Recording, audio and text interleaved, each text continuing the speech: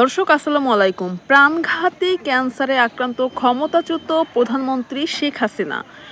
এই অবস্থায় তার কোনো রাজনৈতিক আশা আকাঙ্ক্ষা নেই। যতদিন বেঁচে থাকবেন রাজনীতি ছেড়ে পরকালের পথে জোগাড় করতে চান তিনি। শেখ হাসিনার স্বাক্ষর করা এমনই একটি বিবৃতি সামাজিক যোগাযোগ মাধ্যমে ঘুরছে। এবার সেই বিবৃতিটি সত্যতা যাচাই করেছে fact checking platform rumour scanner.